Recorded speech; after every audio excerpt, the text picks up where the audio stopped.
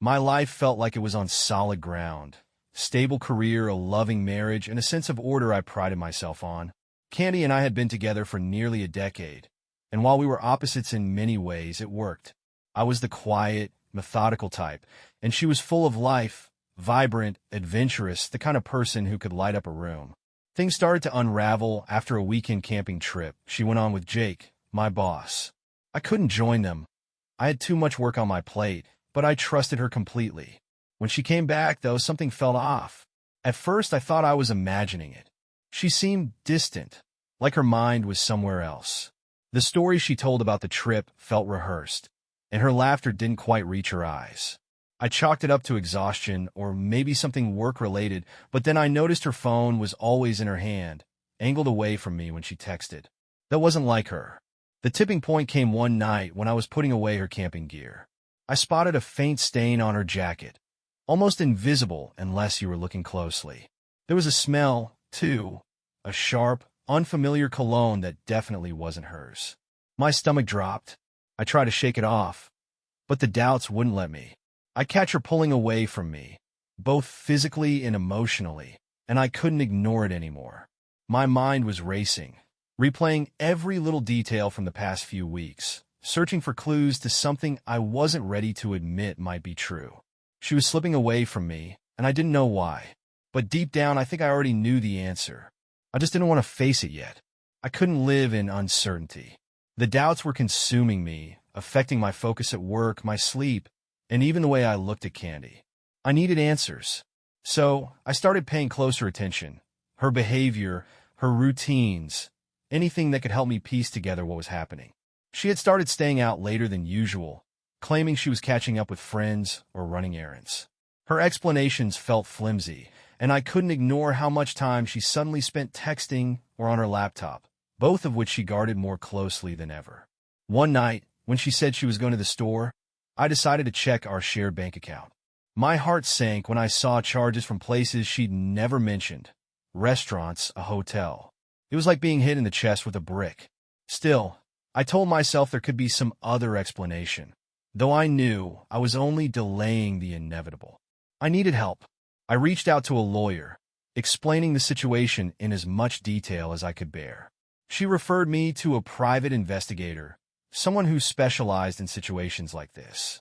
That was when everything started to feel real. The investigator was thorough. He asked me questions I hadn't thought to ask myself and gave me tools to track Candy's activities. A GPS tracker for her car, software to monitor her phone. It felt invasive, and part of me hated it, but I couldn't live in the dark anymore. The first major confirmation came when the GPS tracker showed her car parked outside Jake's house late at night. She told me she was visiting her sister. My heart broke as I stared at the screen, but at the same time, a grim sense of clarity began to settle in. This wasn't just paranoia. Something was really happening, and I had to prepare myself for whatever came next. I wasn't ready for the answers, but I knew I couldn't avoid them forever. Living in doubt was unbearable. Candy's distant behavior had left a pit in my stomach that grew with every passing day. I couldn't concentrate at work, couldn't sleep at night. Even sitting across from her at the dinner table felt strained, like there was an invisible wall between us that I didn't know how to break. I had to know the truth, no matter how much it hurt. I started paying closer attention to everything. Her routines, her stories, the way she carried herself. The little things added up. She was coming home later than usual, with vague excuses about catching up with friends or running errands. Her phone, once casually left on the counter or coffee table, was now glued to her hand, always tilted away from my line of sight. She'd lock the screen every time I walked into the room. One night, while she was supposedly out running errands, I decided to check our shared bank account. What I found sent my heart racing. Charges from upscale restaurants I'd never heard about, and a charge from a hotel just a week after that camping trip. My mind spiraled into a mix of disbelief and panic. It was one thing to suspect. It was another to see evidence staring me in the face. Still, I wanted to believe there was a reasonable explanation. Maybe she had treated a friend to dinner. Maybe there was a work-related event she'd forgotten to mention. But deep down I knew. The signs were all there, and no amount of denial could make them disappear. I reached out to a lawyer, as much for advice as for someone to listen. Explaining my suspicions out loud was painful, but she didn't flinch. She told me to prepare myself and recommended a private investigator, someone experienced in uncovering the truth, no matter how uncomfortable it might be. The investigator was meticulous. He didn't just hand me tools to monitor Candy's activities. He walked me through everything step by step. A GPS tracker was installed on her car. Monitoring software was discreetly set up on her devices. It felt invasive, and part of me hated myself for doing it, but I needed to know. It didn't take long for the first real confirmation. Late one evening, when she told me she was visiting her sister, the GPS showed her car parked outside Jake's house. I stared at the screen for what felt like hours, my heart pounding in my chest. It was a moment of pure devastation, mixed with a grim realization. My instincts had been right all along. I spent the rest of that night in a haze, cycling between anger, sadness, and disbelief. The person I thought I knew better than anyone was keeping secrets, and those secrets were tearing my world apart. But I wasn't going to stop now. I needed the whole truth, no matter how painful it might be. That night, for the first time, I truly accepted that my marriage was in serious trouble. This wasn't just paranoia. Something was happening, and I had to face it head-on. With the GPS tracker confirming my worst fears, I felt like I was standing on a crumbling foundation. Every time I looked at Candy, I saw someone I didn't recognize, a stranger in the body of the woman I'd loved for so long. But I wasn't done yet. I needed irrefutable proof, something concrete that would leave no room for doubt or denial. The private investigator was relentless. Over the next few weeks, he pieced together a picture I could have never imagined. It started with photos, Candy entering Jake's house late at night and leaving in the early morning hours. Then there were videos discreetly captured in public places. Candy and Jake were far too close, their body language unmistakable. As if that wasn't enough, there was more. The investigator uncovered evidence of Candy not just with Jake, but also with other men, his son Mike included. Receipts, social media messages, and even surveillance from a local bar painted a devastating portrait of betrayal. It wasn't just infidelity. It was a level of deceit that shattered everything I thought I knew about her. When the investigator handed me a folder of explicit evidence, I felt a wave of nausea. There were graphic photos, texts, and even videos that left no room for ambiguity. My hands shook as I flipped through the pages, each one hitting me like a physical blow. This was my wife, my partner, and yet I barely recognized the person in these images. I didn't know how to process it all. Anger and sadness fought for dominance in my chest, leaving me feeling hollow and lost. The woman I had trusted with my life had been leading a double life, and I was just now waking up to the full scope of her betrayal. The worst part wasn't just the cheating. It was the sheer recklessness of it all. The lies, the web of deceit, the way she had risked everything we'd built together.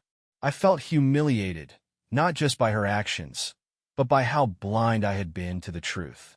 That night, I sat alone in our living room, staring at the evidence. I tried to replay every moment of our marriage, searching for signs I might have missed. Was there something I'd done wrong? Had I driven her to this? But deep down, I knew that wasn't the answer. This was her choice, not mine. I didn't sleep that night. How could I? My mind was consumed with questions, my heart heavy with the weight of what I now knew. I realized the next step was inevitable. I had to confront Candy, and there was no turning back. The truth was out, and it wasn't going to stay buried. As painful as it was, I knew this was only the beginning. The confrontation would come next, and with it, whatever shred of clarity or closure I could salvage from this mess. I wasn't ready, but I knew it was time to face her with the truth. I couldn't delay it any longer. The evidence was in front of me, undeniable and devastating. Confronting Candy wasn't just something I needed to do. It was the only way forward. Still, I rehearsed what I would say over and over in my head, trying to prepare myself for every possible reaction. That evening, when she walked through the door, I knew it was time. She greeted me casually, her voice light, as if nothing was wrong. I stood there, gripping the folder of evidence, my heart pounding in my chest. "We need to talk," I said, my voice firmer than I expected. Her smile faltered, and she glanced at the folder in my hands. "What's this about?" she asked, her tone cautious. I sat her down at the dining table, placing the folder between us. "I know," I said simply. Her eyes widened slightly, but she didn't speak. I slid the folder toward her, watching as she hesitated before opening it. Her reaction was a mix of shock and defiance. "You went through my things?" she asked, her voice rising. "How could you do this?" I almost laughed at the absurdity of her trying to turn this on me. "Don't make this about me, Candy," I said, my voice cracking with anger. "This is about what you've been doing, sneaking around, lying to me, betraying me." She stared at the photos and texts for a long time, her face a mask of emotions I couldn't decipher. Finally, she looked up. "I didn't mean for you to find out like this," she said softly. The air left my lungs. "So it's true?" I asked, though I already knew the answer. She nodded, her eyes avoiding mine. "It's not what you think," she added quickly, as if that would make it better. "It's complicated." "Complicated?" I repeated, my voice shaking with disbelief. "You're sleeping with Jake. And Mike. And God knows who else. What part of that is complicated?" Tears welled in her eyes, but I felt no sympathy. "I didn't mean to hurt you," she said, her voice trembling. I don't even know why I did it. I guess I just wanted something different.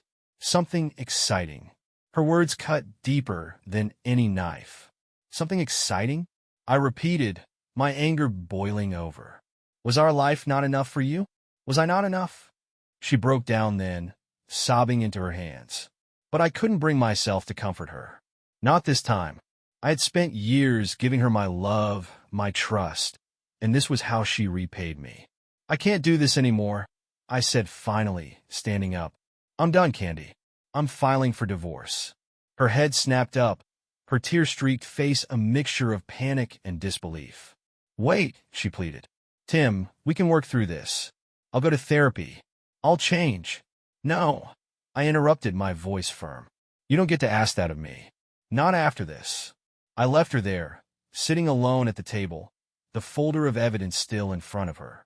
As I walked away, I felt a strange mix of emotions: anger, sadness, relief. The confrontation was over, but the hardest part was just beginning. That night, I made a promise to myself. I wouldn't let her actions define me.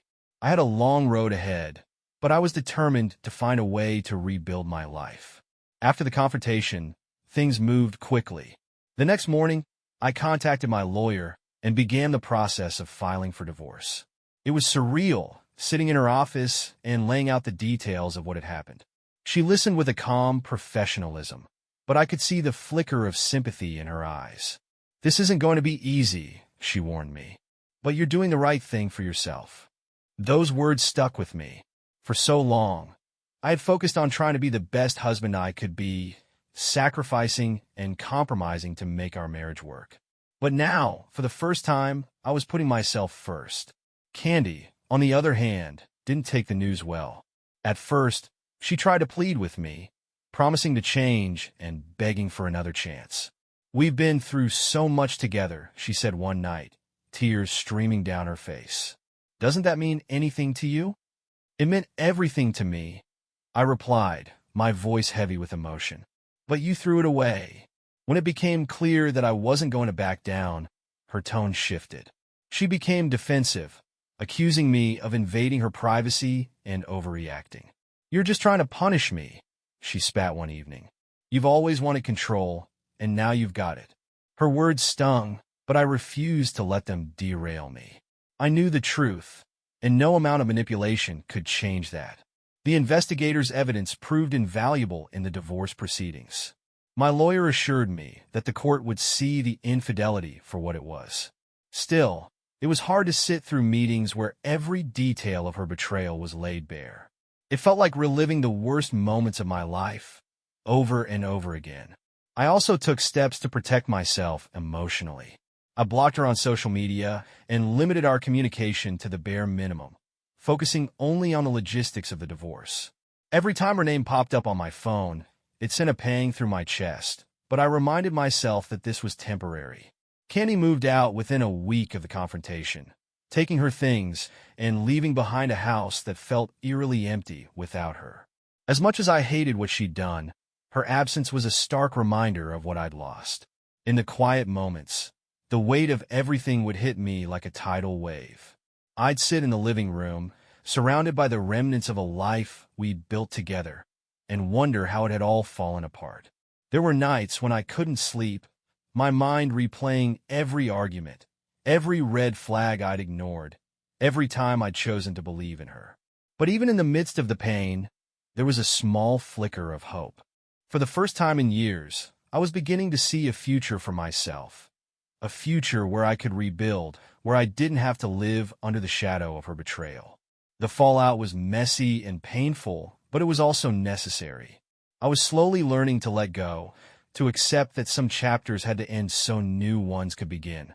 It wasn't easy, but I was determined to keep moving forward one step at a time. After Candy moved out, I found myself in a strange limbo. The house was quieter than ever, filled with echoes of a life that no longer existed. At first, I didn't know what to do with myself. I'd come home from work and sit in the silence, staring at the walls or scrolling aimlessly on my phone. The weight of everything felt suffocating, but I knew I couldn't stay in that place forever. I needed to find a way forward, even if it felt impossible at times. The first step was reaching out for help.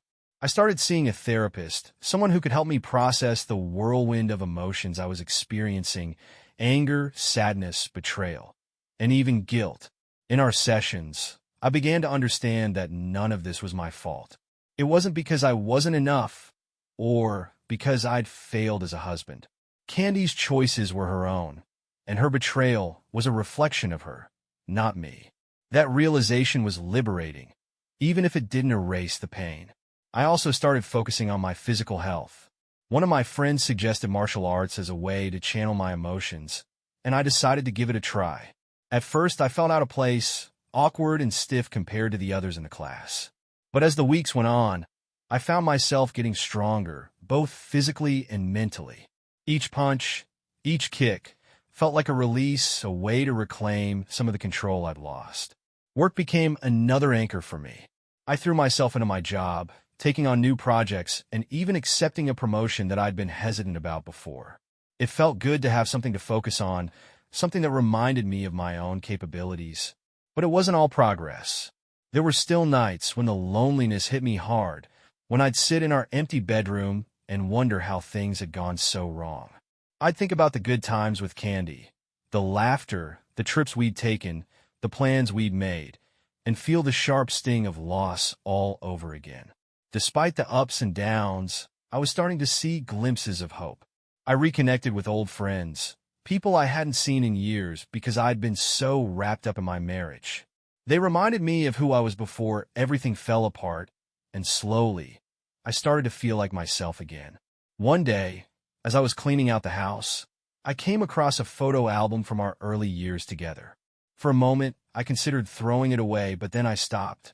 Those memories, though painful now, were still part of my life. They didn't define me, but they had shaped me in ways I couldn't ignore. By the end of that day, I realized something important. I was still standing. Candy's betrayal had broken me in ways I never thought possible, but it hadn't destroyed me. I was picking up the pieces one by one and slowly building a new version of myself. A stronger, wiser version who wouldn't settle for anything less than the respect and love I deserved. It wasn't easy, and I knew the road ahead would be long, but I was determined to keep moving forward. For the first time in a long time, I felt like I had a future to look forward to. As the divorce process unfolded, Candy became more desperate to reach out to me. At first, I ignored her messages and calls, focusing on my healing. But eventually, curiosity, or maybe closure, got the better of me. I agreed to meet her in a neutral, public place, unsure of what I would hear. When I arrived, she looked different. There was a nervous energy about her, a vulnerability I hadn't seen before. For a moment, I saw a glimpse of the woman I had once loved, and it made the situation even harder to face. "I just want to explain," she started, her voice trembling. I stayed silent, giving her the space to speak. She took a deep breath and began pouring out a tangled web of justifications. "I didn't plan for any of this to happen," she said, tears welling in her eyes. "At first, it was just flirting. It felt harmless. But then with Jake, things got out of control. He made me feel special in a way I hadn't felt in a long time." Her words cut me deeply. "And Mike?" I asked, my voice cold and steady. "And the others? Were they making you feel special too?" She flinched at my tone, but pressed on. "I don't know what's wrong with me, Tim," she admitted. "I felt trapped, like I needed to break free of something. I know it doesn't make sense, but I was searching for something I couldn't even define." I wanted to shout, to remind her of everything we'd built together, everything she had destroyed. But I held back. "Why didn't you talk to me?" I asked instead. "Why didn't you tell me you felt this way?" Her face crumpled. "I didn't want to hurt you," she whispered. And then it was too late. I was in too deep, and I didn't know how to stop. I wanted to believe her. I wanted to believe that this was all just a mistake, a series of bad decisions she regretted. But as I listened, I realized something important. Her words might explain her actions, but they didn't excuse them. "I'm sorry, Tim," she said finally. "I know I don't deserve your forgiveness, but I need you to know how much I regret everything." I looked at her, feeling a strange mix of emotions: anger, sadness, pity. "I don't hate you, Candy," I said after a long pause. "But I can't forgive you, not now. Maybe not ever. You made your choices, and now we both have to live with them." She nodded, tears streaming down her face. "I just hope someday you can see that I wasn't trying to hurt you," she said quietly. As I walked away, I felt a sense of finality. Candy had tried to explain herself, but her justifications only deepened my resolve to move on. Her actions had consequences, and no amount of regret could erase the damage she'd done. That meeting was the last time I saw her before the divorce was finalized. It wasn't closure in the traditional sense, but it was enough for me to take another step forward. Candy had her reasons, but they no longer mattered. My focus was on the future, on rebuilding a life that no longer included her. The divorce was finalized faster than I expected. When the judge signed the papers, it felt like a strange mix of relief and sadness, as if I were closing the door on a chapter of my life that I had never imagined ending this way. But it was done. Candy and I were no longer connected, at least not legally. With the weight of the marriage officially lifted, I threw myself into creating a new life. The house, once filled with memories of us, now felt like a blank canvas. I decided to make it my own, starting with a few changes I'd been putting off for years. The first project was my bedroom. I stripped away the remnants of what had been ours and replaced them with things that reflected my own taste. A new bed, fresh paint, and framed photos of places I wanted to visit filled the space. Each change felt symbolic, like I was reclaiming something that had been lost.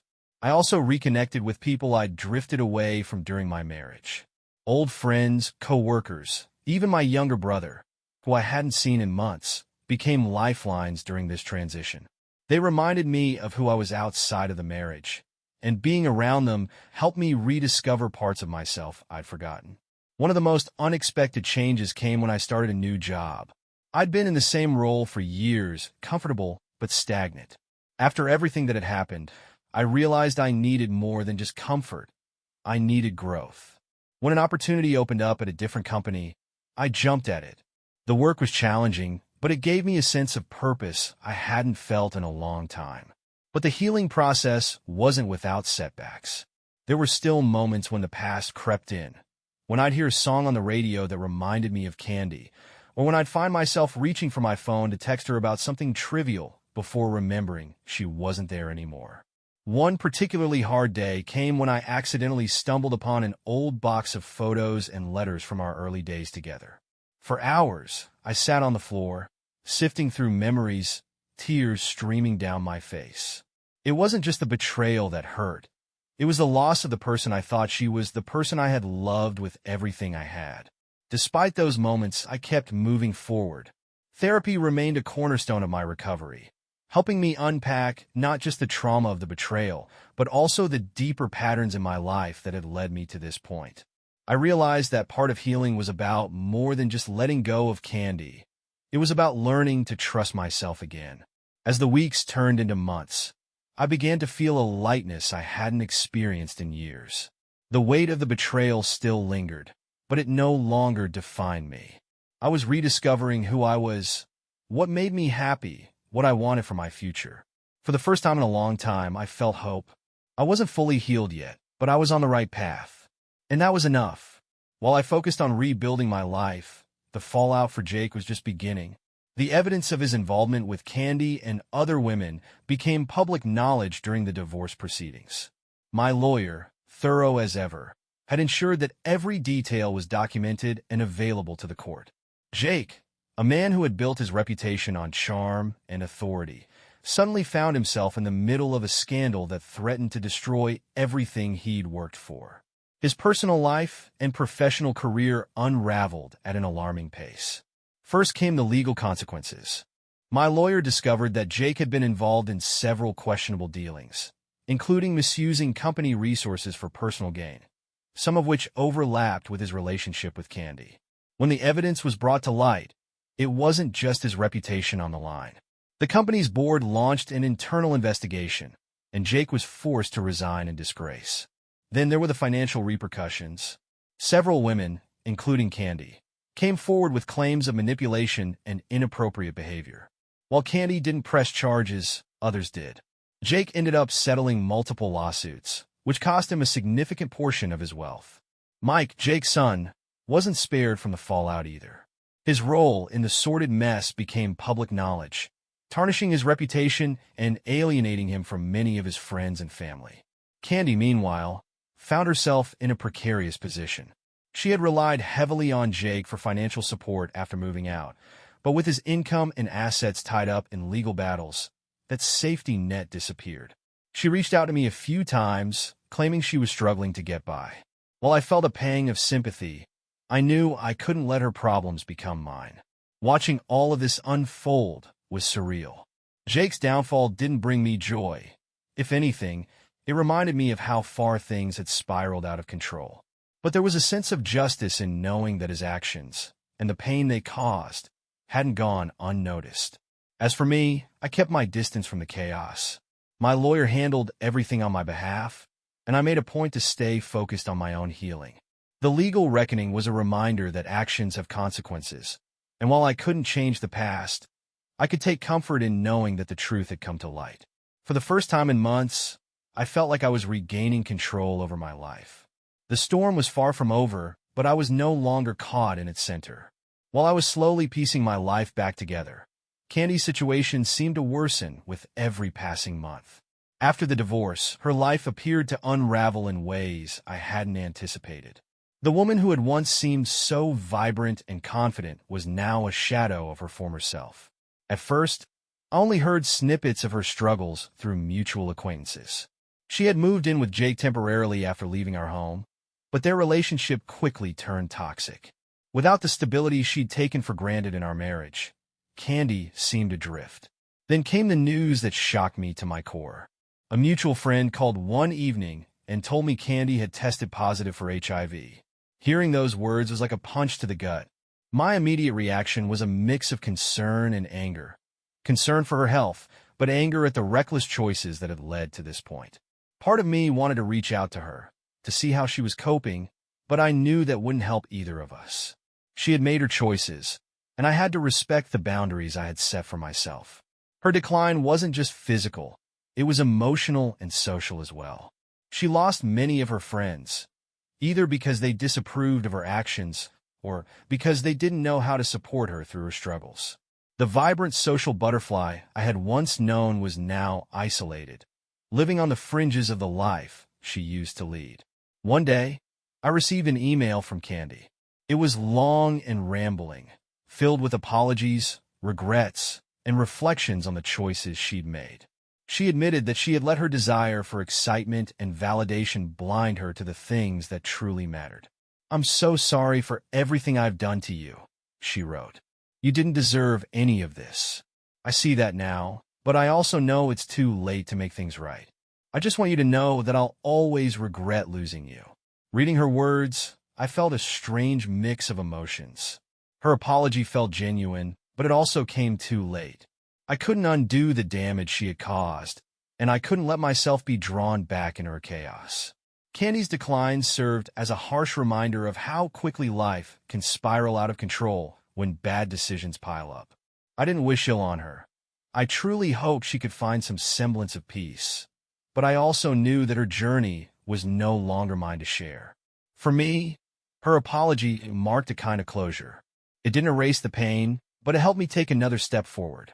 Her story was now a part of my past, and my focus was firmly on the future I was building for myself. Just as I thought the storm had finally passed, I received a call that would send shockwaves through my world once again. It was from a mutual friend, their voice trembling with disbelief. "Tim," they said, "there's been an incident. Jake, Mike, and Candy, they're gone." I froze, the words barely registering. "What do you mean gone?" I asked, my voice barely above a whisper. "They're dead," came the reply. "It's all over the news. The police are saying it looks like a murder-suicide. Jake and Mike were found in their home, and Candy, she was there too." My knees buckled, and I had to sit down. The details came in fragments, each one more horrifying than the last. Jake had reportedly killed Mike in a fit of rage before turning the weapon on Candy and finally himself. The police speculated that tensions between them had reached a breaking point, exacerbated by their deteriorating relationships and Candy's declining health. It felt surreal, like a scene from a movie I couldn't escape. I couldn't process how it had come to this, how the people who had once been central to my life had met such a tragic and violent end.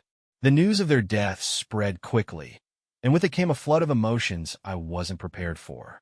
I felt anger at Jake for his actions, sadness for the lives lost, and an overwhelming sense of guilt for even being connected to this mess.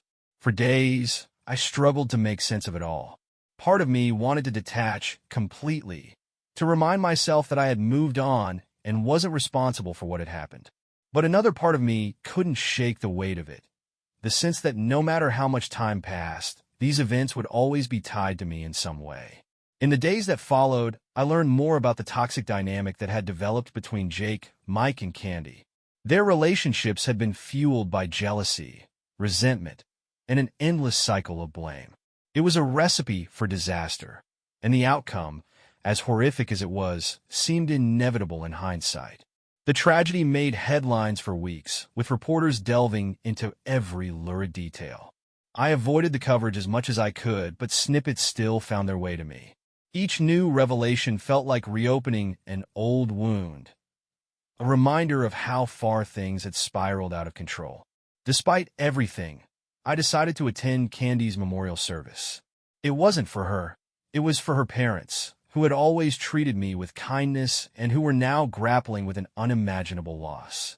Standing in the back of the small church, I felt a mix of emotions: grief for the Candy I had once loved, and relief that I had escaped the chaos that had consumed her life. As the service ended, I approached her parents to offer my condolences. Her mother embraced me tightly, tears streaming down her face. "Thank you for coming," she whispered. "It means so much to us."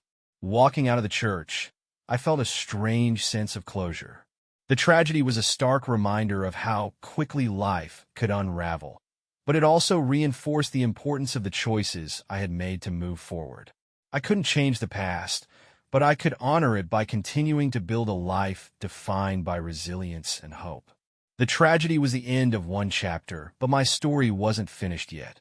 After the tragedy, I felt a strange stillness settle over my life. The chaos that had once consumed my thoughts was gone, replaced by a quiet determination to keep moving forward.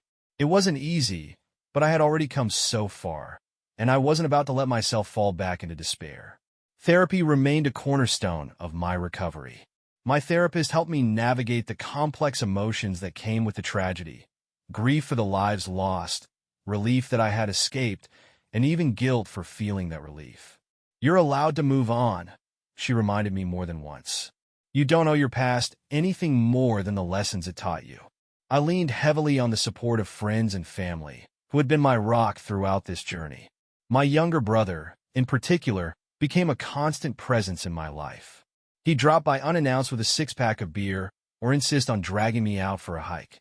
"You're not turning into a hermit on my watch," he'd joke, and I'd laugh, grateful for his stubbornness. Work also became a sanctuary for me. The new job I had taken after the divorce was challenging in all the right ways. It gave me a sense of purpose, a reason to get out of bed in the morning. My colleagues were supportive, even if they didn't know the full extent of what I'd been through. One of the most significant changes I made was focusing on my physical health. Martial arts had become more than just a way to blow off steam. It was a discipline, something that grounded me. The progress I made in the dojo mirrored the progress I was making in my personal life. With each belt I earned, I felt a little stronger, a little more capable of handling whatever came my way. But the real turning point came when I decided to step out of my comfort zone. A friend invited me to join a local hiking group, and I reluctantly agreed. At first, I felt out of place among the strangers, but as we trekked through the trails, I realized how much I had missed connecting with people in a meaningful way. It was during one of these hikes that I met someone who would become an unexpected bright spot in my life. Her name was Rachel, and she had a calm, grounded presence that immediately put me at ease. We struck up a conversation about the trail, then about life, and before I knew it, we were laughing like old friends.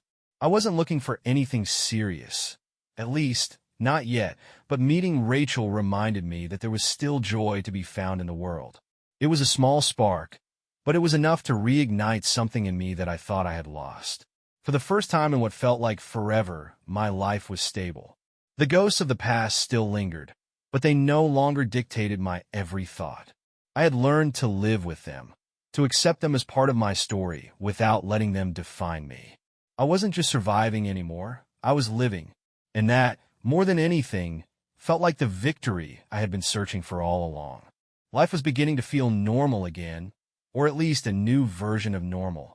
The routines I had built for myself, the therapy sessions, and the time spent reconnecting with friends had brought a sense of stability I hadn't felt in years. But what surprised me most was how much joy I started to find in the little things. It started with Rachel, the woman I had met during one of the hiking group's outings. At first, our connection was purely casual, a shared laugh here, a friendly chat there. But as weeks turned into months, I found myself looking forward to her company more and more. She had a warmth and openness that was refreshing, a quiet strength that drew me in. One evening, after another long hike, we sat at the summit watching the sunset. It was one of those moments that felt almost too perfect to be real. The golden light bathed the landscape, and for the first time in what felt like forever, I wasn't thinking about the past. "I'm glad you came today," Rachel said, breaking the comfortable silence. "Me too," I replied, meaning it more than I expected.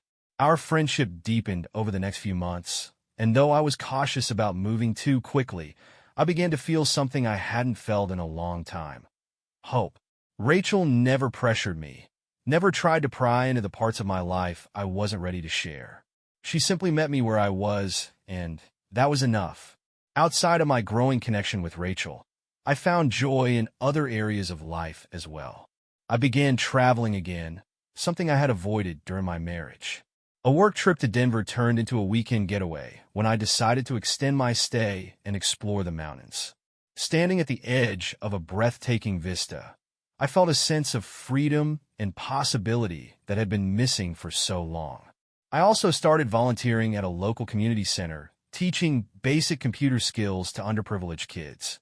It was something I'd always wanted to do, but never found the time for. Seeing the kids light up as they learned new things reminded me of the joy that comes from helping others. There were still moments of doubt, of course, nights when I'd lie awake wondering if I was truly ready to open my heart again.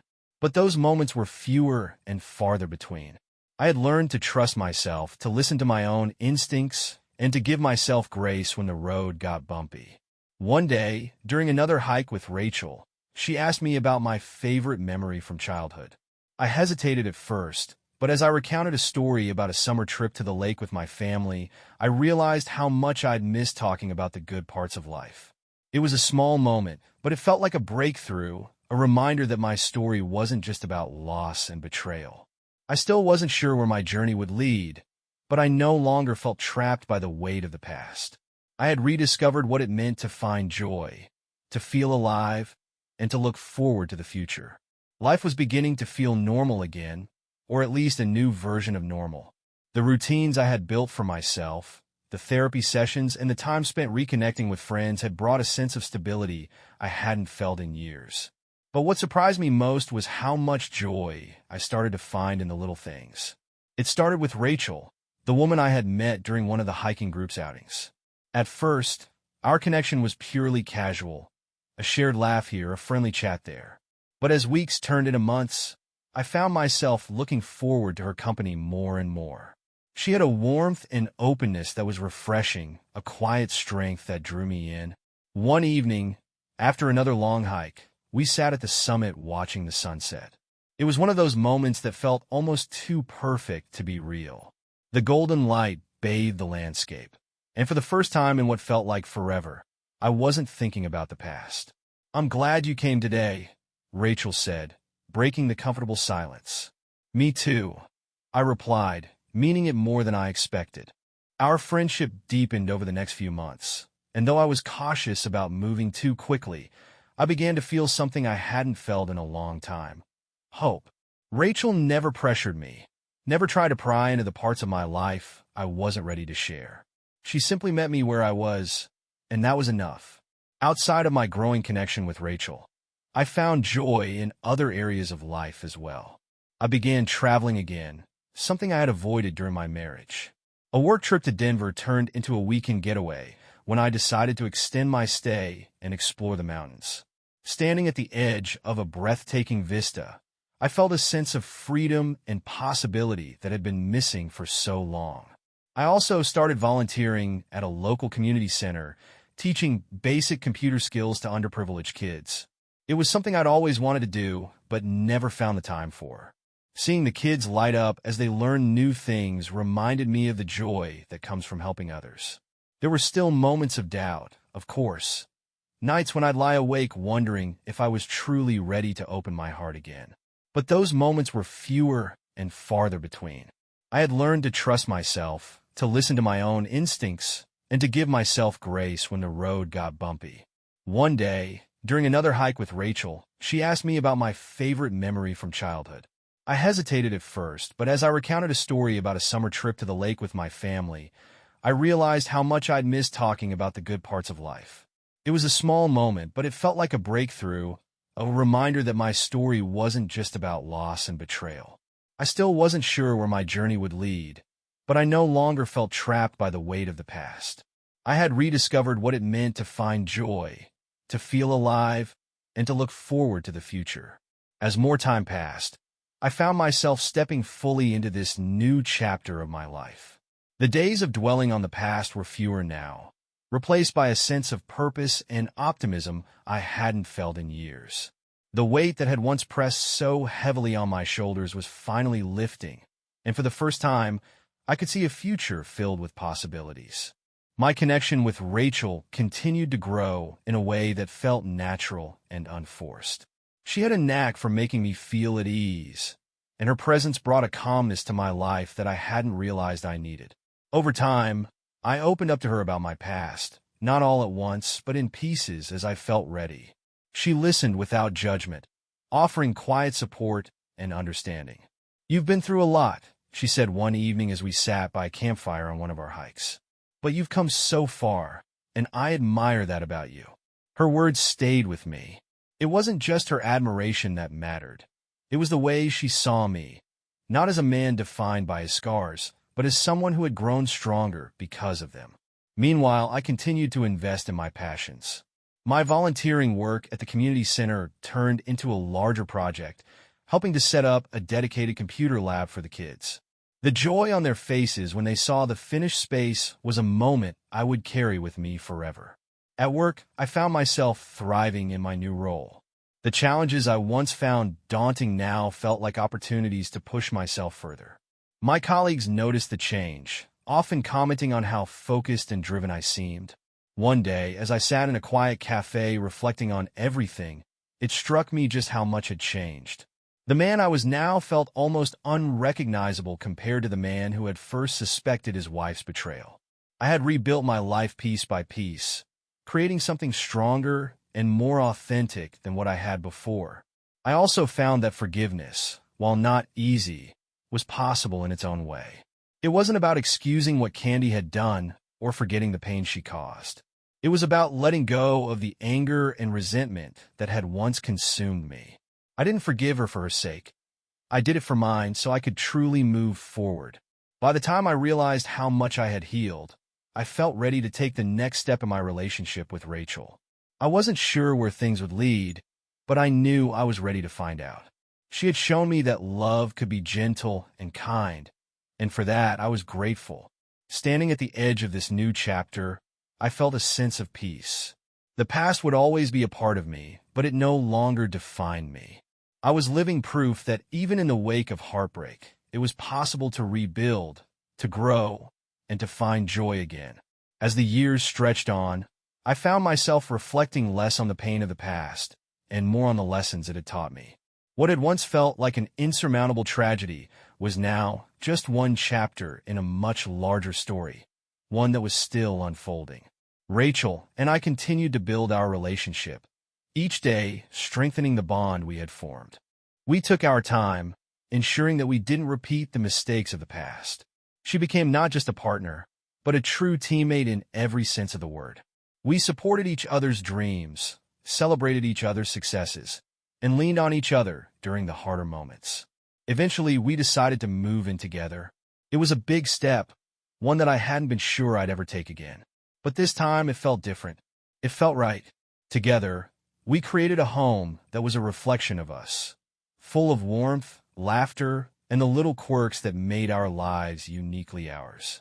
Professionally, I had never been in a better place. My work at the new company flourished, and I even began mentoring younger colleagues who were just starting their careers.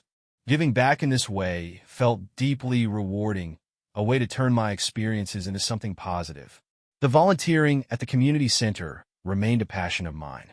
Watching the kids I worked with grow and succeed reminded me of how resilient people can be, no matter their circumstances. In a way, they inspired me as much as I hoped I inspired them.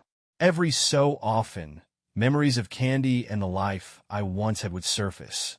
They didn't hurt as much anymore. They were like old scars, reminders of battles fought and won.